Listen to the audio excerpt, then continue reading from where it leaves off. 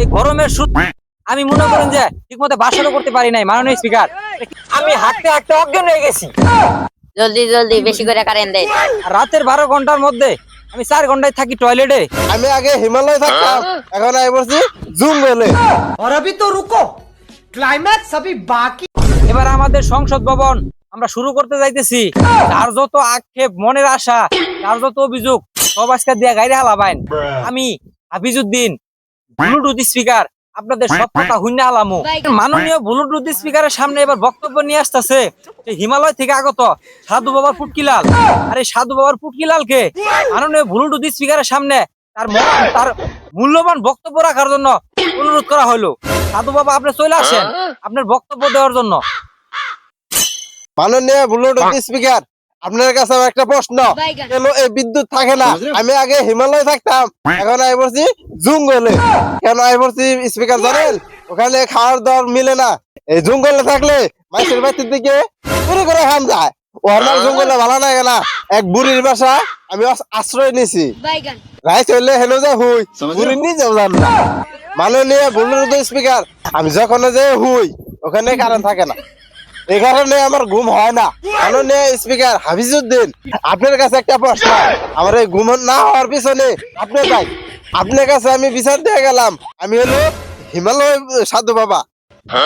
এবার আমাদের মাঝে মূল্যবান বক্তব্য নিয়ে আসতেছে মাননীয় ব্লুটুথ স্পিকারের সামনে সেই আমাদের প্রাণপ্রিয় বিখ্যাত মন্টু কটক।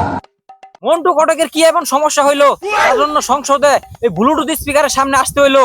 মন্টু কটককে তার মূল্যবান বক্তব্য পেশ করার জন্য অনুরোধ করা হলো। মাননীয় স্পিকার, আমি গড়ক মন্টু মিয়া আপনার দরবারে হাজির। আপনার দরবারে খবর নিয়ে গাইছি। প্রথম কথা হইলো আমার বিদ্যুৎ। মাননীয় ব্লুটুথ স্পিকার, আপনার কাছে আমার প্রথম প্রশ্ন বিদ্যুৎ। আর এই বিদ্যুৎ না থাকার কারণে অনেক ধরনের হয়রানিতে পড়তে হয়। আমরা দিন 12 ঘন্টার মধ্যে 1 মিনিটও কারেন্ট পাই না। আর রাতের 12 ঘন্টার মধ্যে আমি 4 ঘন্টায় থাকি টয়লেটে। আর আমার বাড়িতে মনে করেন যে একটা ফ্যান চলে আর একটা বাতি চলে, তা ওই ফ্যানটা চলে আপনার টয়লেটের মধ্যে। আর রাতের 12 ঘন্টার মধ্যে মাননীয় স্পিকার 4 ঘন্টা আমি টয়লেটে কাটাই।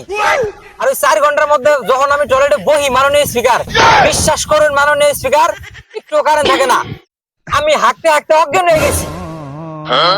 এবার আমাদের মাঝে মূল্যবান বক্তব্য নিয়ে আসতেছে সাধারণ পাবলিক।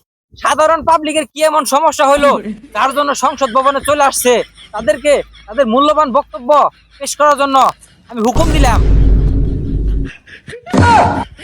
মাননীয় ব্লুটুথ স্পিকার, আপনার কাছে আমার দাবি। সারাদিন আমরা খেলাধুলা করে বেঁচে যাই। মাননীয় স্পিকার, বেঁচে যাই দিয়ে কারেন্ট নাই।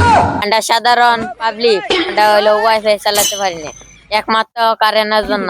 এর জন্য কেরা দায়? মাননীয় স্পিকার, আপনি লেখাপড়ায় আমাদের অসুবিধা হচ্ছে। মাননীয় ব্লুটুথ স্পিকার, আপনার কাছে আমার দাবি, জলদি জলদি বেশি করে কারেন্ট দেয়।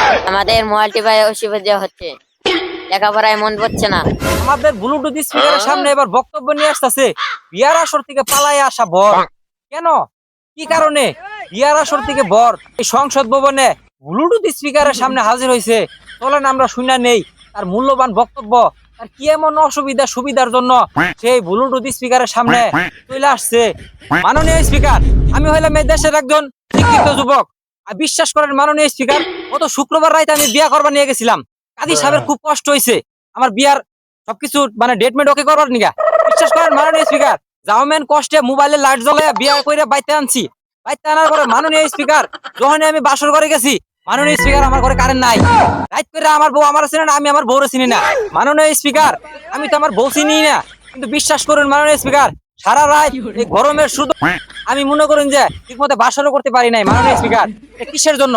মাননীয় স্পিকার, রাতের 12 ঘন্টা আর দিনে 12 ঘন্টা, 13 ঘন্টার মধ্যে 25 ঘন্টা কারেন্ট থাকে না। মাননীয় স্পিকার, কেন কারেন্ট থাকে না? এই বিদ্যুৎ না থাকার ফলে মাননীয় স্পিকার আমি আমার শ্বশুর বাড়ি যাইতে পারতাছি না। মাননীয় ব্লুটুথ স্পিকার হাফিজউদ্দিন, আপনার কাছে আমার দাবি, কেন কারেন্ট দেন না? আপনি কারেন্ট না দেওয়ার কারণে আমার বউ তালাক হয়ে যাবে। মাননীয় স্পিকার, আপনি দয়া করে এই বিষয়টা নজর দিন। মাননীয় স্পিকার, আপনি যদি এই বিষয়টার উপর লক্ষ্য না দেন তাহলে মনে করুন যে আমার ঘর অচিরেই ভেঙে যাবে।